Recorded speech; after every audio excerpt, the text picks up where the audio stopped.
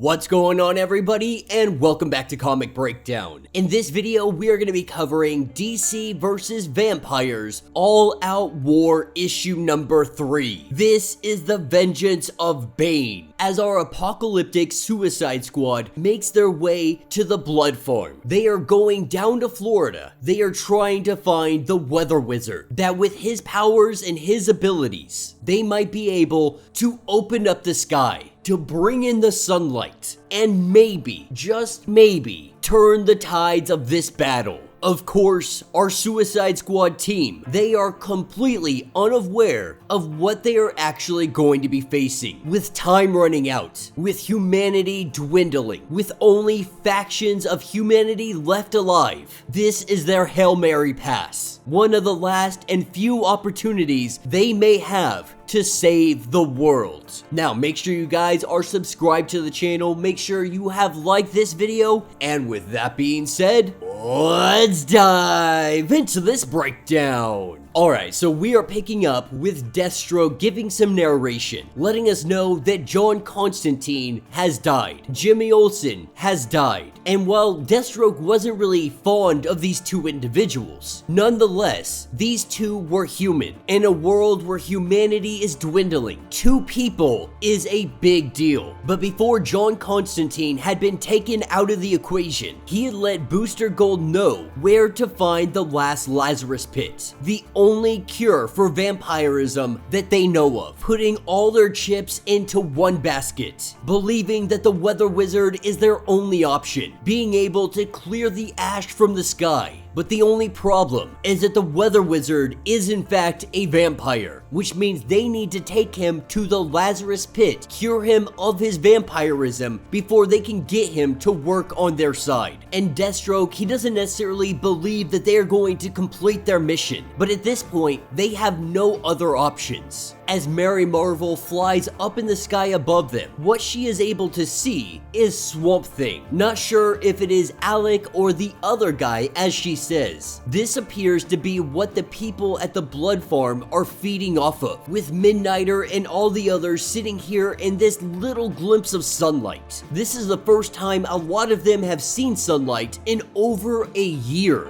But as they have this conversation, we have a vampire come up and almost take them out. Lucky for them, that is when Batwoman steps into play. As the vampire calls her a traitor, she decapitates him, takes the head, and throws it at another vampire, just absolutely tearing these guys apart. That is when Deathstroke, Midnighter, and Azrael, all of them go in to attack Batwoman, because she is a vampire. Not really sure if this is some kind of ruse, what she is doing killing these other vampires, but they don't trust her. She tries to let them know that you need to stop, because Damian Wayne is the one that sent her. The truth is, Damian Wayne had found her on a rooftop feeding, being nothing more than a fraction of what she once was. The monster, the vampirism, almost completely taken over. Instead of Damian Wayne killing Batwoman, he took her back, trained her, made her learn how to control the hunger. And while Deathstroke and all the others are still very skeptical, Azrael lets it know that he can confirm this. He once was a vampire, and he had heard that there was a hit on Batwoman. But the truth is, Batwoman has been here for days. She didn't come for them. She has been scouting out and doing a mission for Damian Wayne. That mission is to get Starfire. Damian believing that if Starfire were on their side, if they can rescue her, they might be able to turn the tides of this battle. That is where we pick up with Starfire and the Baron. We learn that Starfire's powers are hugely dampened, wearing some kind of bracelets that Baron Cinder had created for her. The Baron lets her know that he does hate the idea of having to put these restraints on her, believing that once upon a time he had been a good man, but now compelled by his new nature, He is hoping that Starfire may be able to help him, because with her powers, he can be fed clean cosmic radiation, which means no ultraviolet to scorch his skin. He wouldn't have to use Luthor's armor to keep his body together any longer, even telling her that he will leave all of this behind if she is to feed him Starlight, that he could be a good man again. But for Starfire, even if she believed Baron, the man that she once knew, he wouldn't want to live another second knowing what they have done. With Deathstroke preparing the team, saying that the forces are overwhelming, which means they are going to have to split into two different teams. One team is going to cause a big enough distraction that they can go and get Starfire. One team is going for Starfire, the other team is going for Weather Wizard. The team that is going for Starfire is Batwoman, Bane, Azrael, and Deathstroke as they make their way into this very haunted-like amusement park, dispatching any sentries along the way. We have Bane, who is breaking down this door, and they quickly recognize that they are going to be fighting their way through this entire facility. They are going to use brute force, floor by floor, as they cut their way through vampires. They finally make their way to Starfire's room, but Starfire doesn't seem surprised or even happy that someone here is here to rescue her. Welcoming him in, Bane goes to holler at the others, letting them know that he has found her. But when he turns his back, this is where we see the fangs come out. Now, on another floor, this is where we have Knight Rider, now being able to be his true self, being able to live his vampire dreams. He is able to do some damage to Deathstroke. That, of course, is until we see Starfire come up and pour hot wax down his back, distracting him long enough.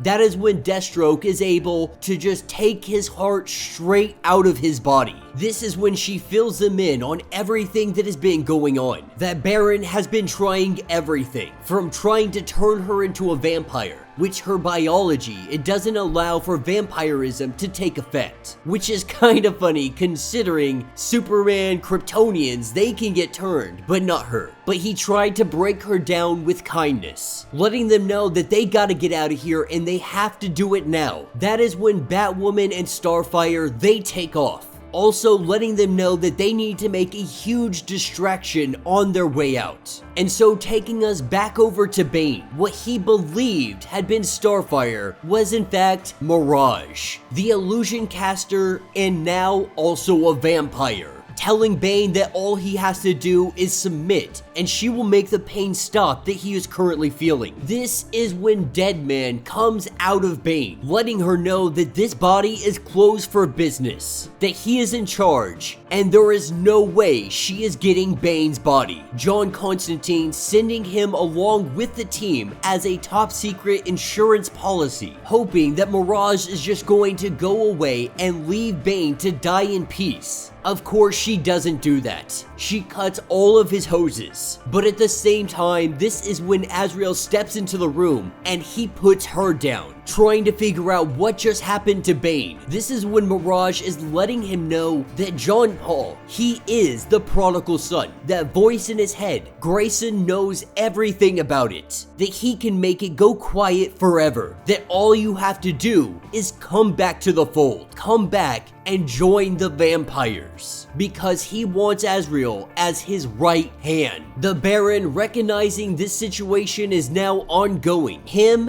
and Billy, aka Shazam, they are headed down to face off against Deathstroke and their last-ditch effort to save humanity. Now, this is where we jump into the origin of King Nightwing. This is the part 2 and brings it all to a close, at least for the Nightwing story and his origin of becoming a vampire. You see, Nightwing came down here in a hopes that he would be able to broker some kind of deal between between vampire factions. They want Nightwing to kill Mary, Queen of the Vampires. Of course, Nightwing is unwilling to do so, that whatever differences or issues that they have, they can work it out, they can talk it out with one another. But they even go on to tell Nightwing that they are better than humans, that they want to be the superior, and as long as Mary is in charge, that is not going to happen. This is when Nightwing quickly recognizes that he is in a trap, resorting to blackmail, traps, and brute force. He recognizes that these guys are truly Bloodhaven, but letting them know that this meeting is over, he trips one of them and he goes to try and make his escape, telling his sister that he would take that waffle now, but they gotta get out of here. This is when he sees that Melinda is working with the vampires. And the only thing Nightwing has to say to her is, "I'm sorry." Because of course, how else would they have known about me? That he doesn't want this fight. He doesn't want to have to hurt his own sister. But it's not his sister that he has to worry about. It is the dozens and dozens of vampires that are descending on him right now. Grabbing hold of a torch, he breaks it in half. Having two wooden stakes in both hands, we see Nightwing start putting down some vamps. Down here in this darkness, with vampires trying to take him down, he recognizes he has nothing. Not Bruce, not the Titans, not Barbara. Believing that this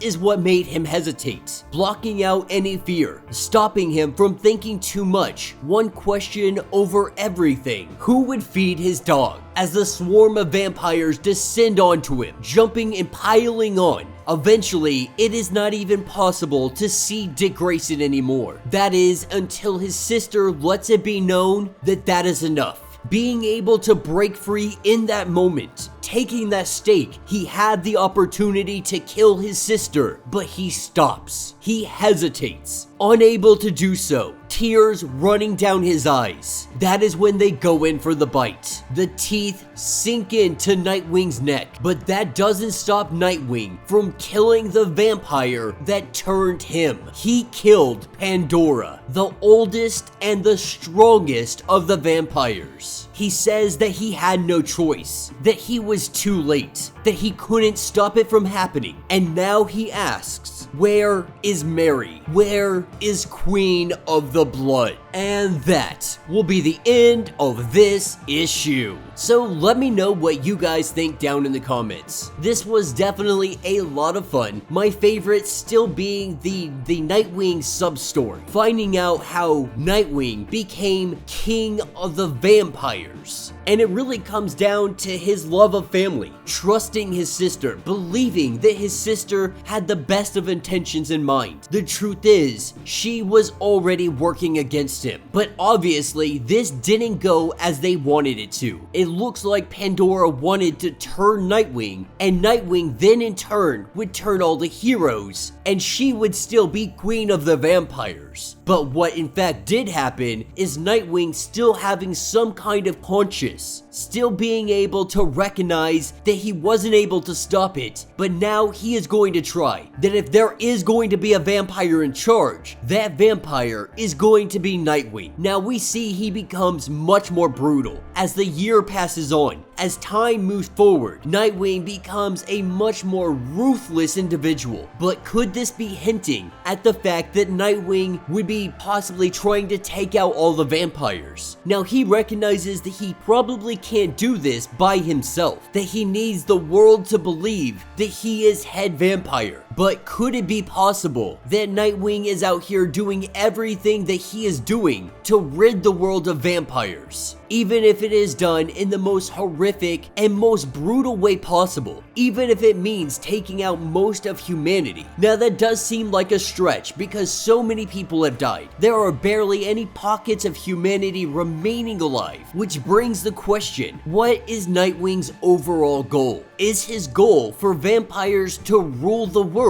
Or is there something in the deep pockets of his mind? Secrets that he holds on to that he tells nobody about? What is the end game? What is Nightwing playing to? And can humanity survive long enough to see what that is. Let me know your thoughts, let me know your theories. If you would like to get caught up on everything going on with DC versus vampires, be sure to check out the link in my description as well as the top of this video. It will get you completely caught up on everything happening with this event. If you would like to support the channel, you can always do so by joining the channel membership. Much like Patreon, from $1 to $50, 5 different tiers, from loyalty badges all the way to getting free comics every single month from me. Not only do you get tons of perks, but you also help out the channel tremendously. Now, if you can't do that, do me a favor, subscribe to the channel, like this video, hit that notification bell, and with that being said, until the next breakdown.